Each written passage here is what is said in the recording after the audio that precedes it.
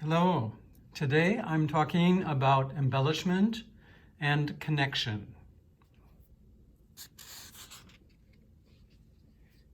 I have a C major triad, and instead of giving the same chord again and again, the conveyance of the tonic will depend on undulations away from and back to the tonic. So you could have lower neighbors of the root and third with G hanging on upstairs, or you could also take E up to F back to E with G still hanging on. Now, there's nothing wrong with giving these chords figured bass labels. That's a 6-3. This is a 6-5. But the question comes, is every chord a harmony? Like, should we call this 5? Should we call this 5 with a 7th in first inversion, etc.? My answer is no. If you've got a tonic, you go away and you go back, then you're prolonging the tonic. Like so. Now, it can happen in lots of ways. So we might instead have the third and fifth moving. Or make the E go down to D and then back to E. With C hovering at the bottom. Now, granted, you could call this chord 2 with a 7th in third inversion, I suppose. But does 2 go to 1? Is that really what's happening? Does D become the root? Or is C maintained as the root while all of these embellishments concurrently are going on upstairs? So I might label this a 5-3, going to a 6-4, going to a 5-3. Oops, 5 is here, 3 is here. Okay, so the figured bass is versatile. The figured bass is neutral. It doesn't really say that that 6-4 is the second inversion of something, as if F were the root. It could simply be the 4th and the 6th come about from neighboring motion or suspension motion, the cadential 6-4. I think by now most people are thinking is an embellishment. So if I do this, whatever tempo, whether it's fast or slow, these notes can be understood as non-harmonic. And then, yes, the figured bass here is 6-4-2, but that doesn't really mean that necessarily D would be regarded as the root. And over here, you can have all 3 of the tonic pitches moving. So yeah, I know this chord is often called the half diminished 7th chord, but is the Roman numeral 7? I'm going to propose that the tonic is prolonged even if during that time there, none of the tonic pitches are sounding. We have 4 embellishing pitches at the same time. And then if you're in the minor mode,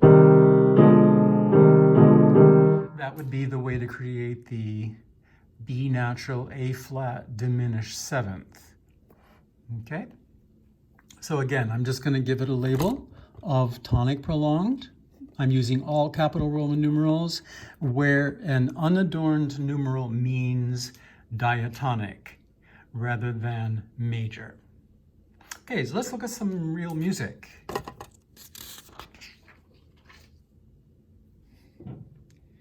So, Haydn.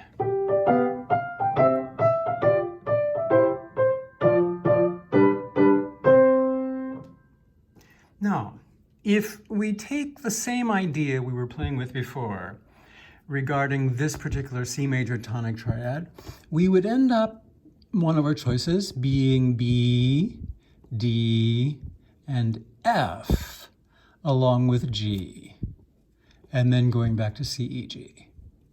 So the model I presented on the other page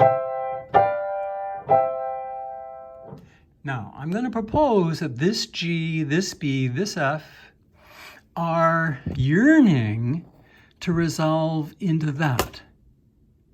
That this chord is dependent upon this chord.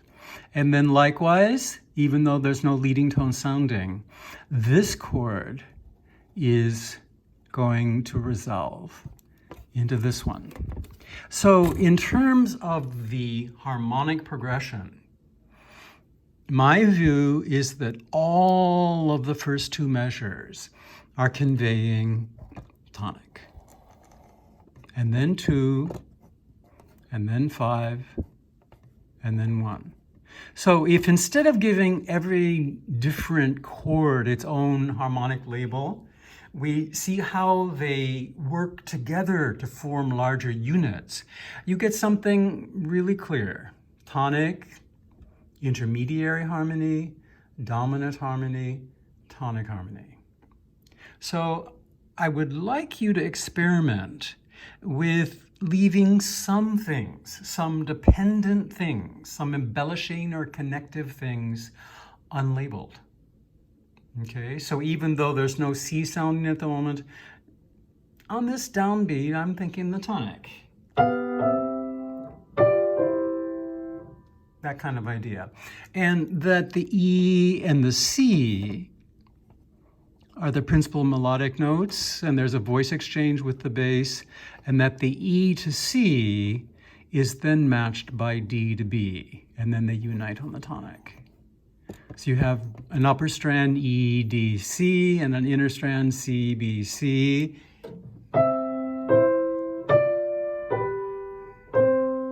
Which is a very common formula in tonal music.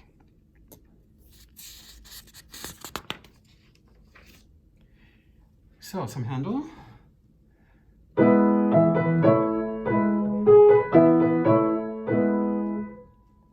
So, the model that we presented earlier looked like this.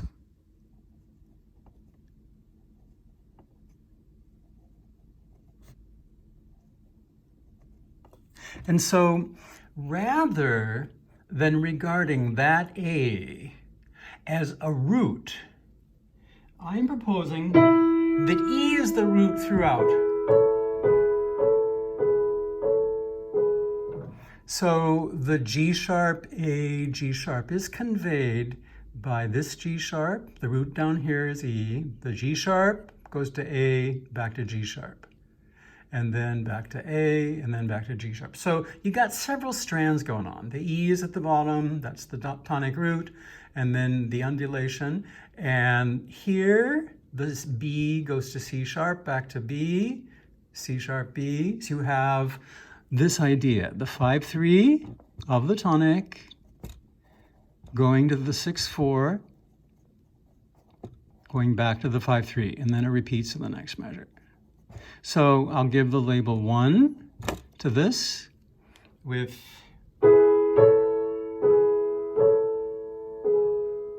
and it doesn't matter whether the E sounds in the bass here or the A. It's the same concept, it's just you spread it out in different ways. Okay, so the tonic harmony, I just might as well finish 6-4, 5-3. So you have a double dose of the double neighbor embellishment.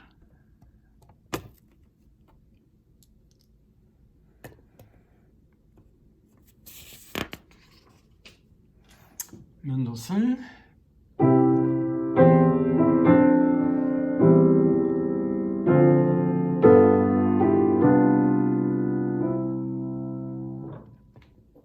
Now here, let's use the other model that we played with for the upper notes of the triad, where the 2nd, 4th, and 6th scale degrees all sound, and then fall back into place on the tonic. So here's the model.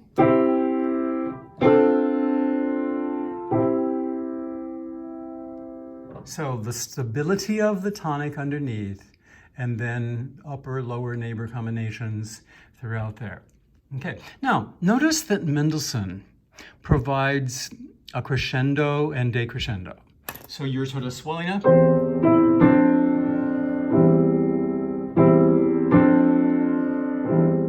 You sort of lead into it and then you backtrack to where you were, which gives this moment and this moment a connection.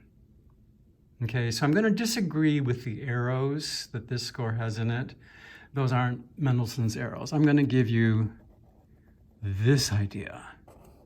And then EDE as neighbor, neighbor here.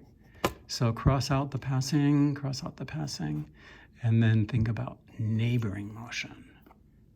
Okay, so again, when one stops giving every chord a Roman numeral, then one can end up with a clarity. Tonic, intermediary, dominant, which I need to talk about a little bit, and then the tonic. Okay, so the idea is tonic, supertonic, dominant. Now, what happens here is a very common thing, that the bass has gotten ahead of the upper voices. So essentially, this belongs over here. Okay, so if you had a G in the bass, and then, so you have a ninth and a seventh, you pass through the 8 and the 6 to the 5-3. But at this moment, the C rise. Okay, so they're a little out of kilter. If there were nothing out of kilter, music would not be as interesting. So you might write 9-7, 8-6, and then 7-5. As if this G were still going on. But we get this clash then, because as one initiative is completing itself, another initiative, namely the tonic arrival in the bass, has already begun. Okay? So what we end up with is tonic, which inverts, goes to neighboring notes, and then back. And then the next measure will be rhythmically exactly like the first. It's a parallelism. Here's my supertonic arrival, dominant, and then the clash leading into the tonic. So this highlights one of the really interesting but a little complicated features of tonal music.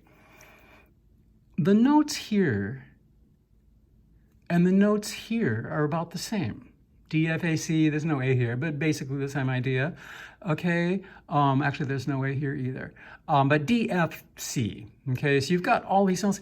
This time it's embellishing the tonic. This time it is asserted as the supertonic, which is the connector between all of this tonic and the dominant over here. Okay, same notes. I mean, different octaves, but basically the same notes, performing totally different functions. Okay, so I'm going to suggest that this chord to this chord is the relationship Mendelssohn had in mind. Well, we can't talk with him, we can't prove it, rather than this chord leading to this chord.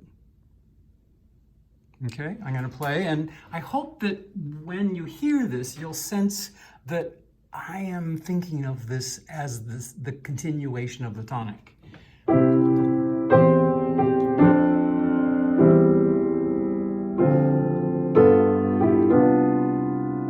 So I give a little extra time maybe right in there so that it doesn't feel like I'm going from there over to there, but that I'm continuing this idea. Then this on the downbeat is a new idea.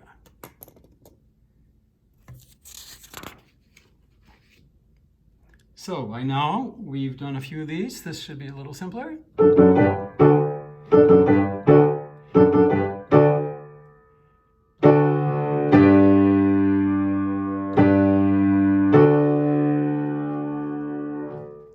So with our D, F sharp A, the neighboring notes that can happen would be G, B.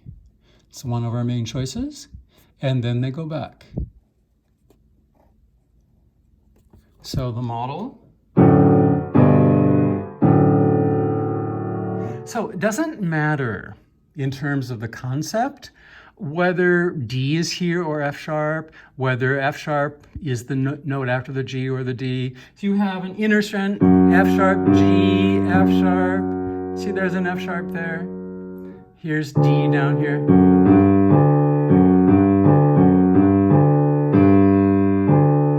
So you're dealing with basically two strands at once. You've got the D strand going on. There, there.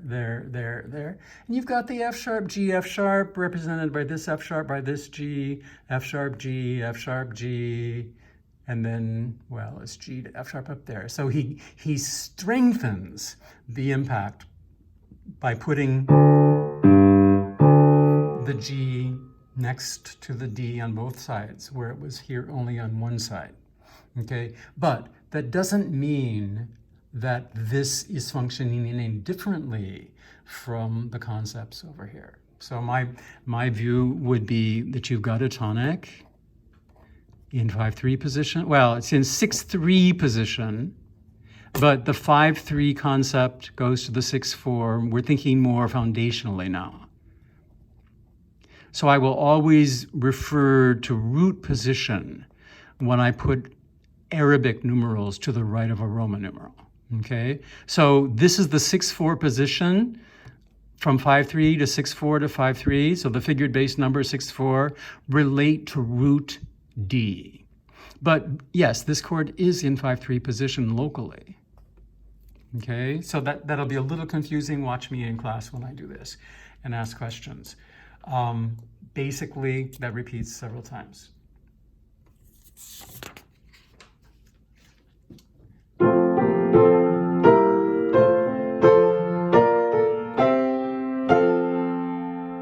Now, what we've done up until now has mainly been embellishment. What I'm going to do now with the same concept is the notion of connection. So if you've got your FAC, E, G, B flat, and C would be the notes that can come around to prolong that tonic. Okay, as in this context, an embellishment. But if instead of having G be a lower neighbor to A and then back up, or an upper neighbor to F and then back down, if we use it to go F, G, A, what we're doing here now is to connect. Now, doesn't matter a bean whether a C actually sounds here. The notes actually written are. The C is part of the fabric, but if you've only got these three notes, it's just a subtle difference.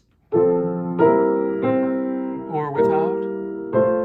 You see, he wrote the C there, he wrote the C there.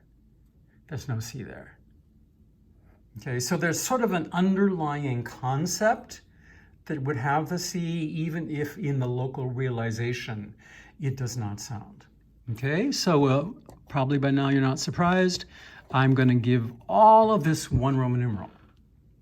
Now, if you want to acknowledge that we start out in 5-3 position and we go to 6-3 position and we go back to 5-3, that's fine. I mean, there's nothing wrong with doing that, but I don't want it beside the Roman numeral inversions, because then you'd have to write, well, let me just do it.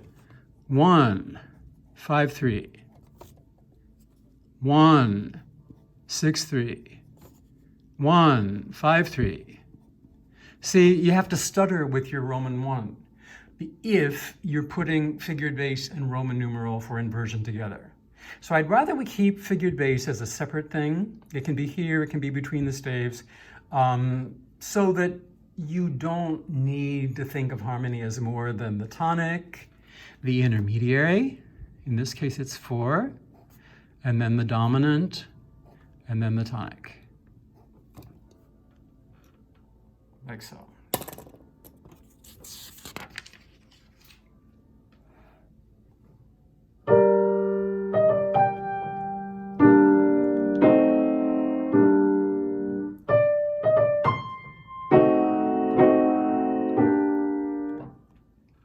So here we have both. Connection is here, embellishment is here. So the notes that would go along with a G minor triad would be F sharp, leading tone, A, C, E flat. So these are the notes of the so-called diminished seventh chord. Okay, so if we have our G, F sharp, G, we're going back to where we were. Okay, so here's the tonic. We go out, we go back in. But then from there, so the A is a passing note. So we can connect the 5-3 position of the tonic and the 6-3 position. So we've had the 5-3 all through here, 6-3 over here, and the harmony is all tonic.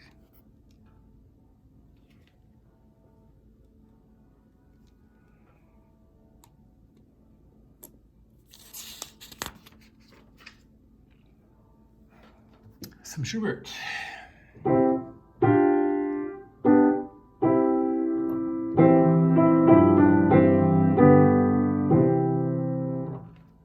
So the embellishment of the tonic would involve B natural, D, and F, along with the maintenance of G, and then going back. So here's the tonic. So you see, Schubert first has the 4-3 position, and then the 6-3 position. But because these are embellishing pitches, the harmony for all of this will be the tonic. So the tonic chord does go into 6-3 position at this point. Then the dominant comes in. And it will be resolved by the tonic at the end. Now, this is an important point, and one that I think people don't often enough realize is possible. If you've got a dominant, I think by now most people realize that sometimes there's going to be a 6-4 embellishment of that dominant. So it could be right away at the beginning, you got the tonic, and then, or what we've been doing, 5-3, 6-4, 5-3. Okay, but here's another possibility. So keep these notes going and begin a melodic connection between 8 and 5. So 8.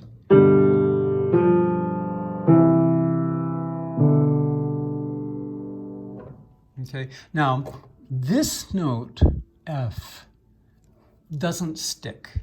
It's just passing through. It's not like a dominant 7th chord, but your figured bass can say 8, 7, 6, 5, and then 5 goes to 4, and then to 3.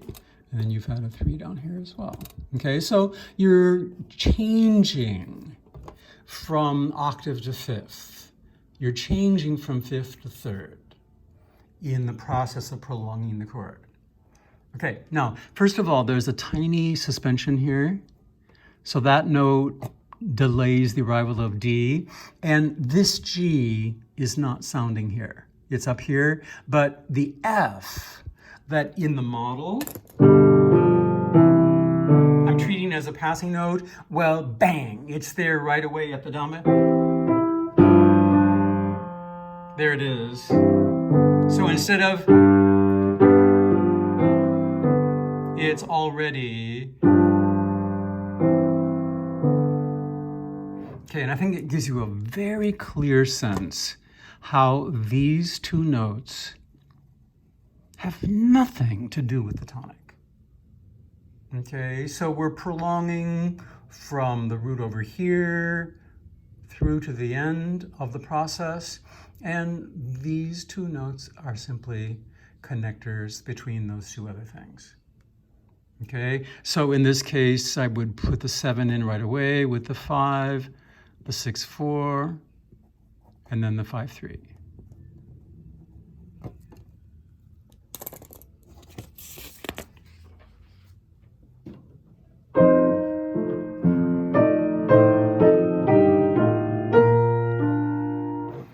Okay, well, we have a little snippet, but we're in B flat, and so we've started with the dominant 7th at the excerpt beginning, and we're going to resolve to the tonic. Now, in this particular melody, two different processes are at work. One is local. There is a neighbor D between two Cs. The other is a little more spread out, that the dominant is represented by soprano C, A, F. So the C is here and here, the A is here, the F is here. What is going on in this passage is that while the 3rd of the dominant goes down to the root in the melody, the root is going up to the 3rd in the bass. So this is what we call a voice exchange. And you've got options, because you could do this. Just give you the notes of the chord. But it's, you know, if ever there's a 3rd, you can fill it in. Okay, and so in the middle, here's the 7. Okay, you got an E flat and a G. What is that? Well, my answer is that the E flat is a chord member. It's the 7th of the dominant. The G is a non-harmonic tone. It happens both going down from 3rd to root and up from root to 3rd, doubled in these voices. Okay, so G is not a chord member of any harmony at all. It's just connecting. Okay, and so I'm just going to let this 5/7 symbol go through the whole thing. Yeah, it is true. At that moment, the notes of 5/7 aren't all there. That's what a neighboring or passing or embellishing or connective chord is all about. They are things that disagree with what is being projected more broadly. So you will have these moments where there is a tension because this is not sounding. We're doing that. And then the whole thing resolves. So whatever tensions are built up by the dissonant E flat here are resolved here. There's nothing else in the middle that changes that. This dominant 7th wants to go to 5, wants to go to 1. There's where it is. Thank you.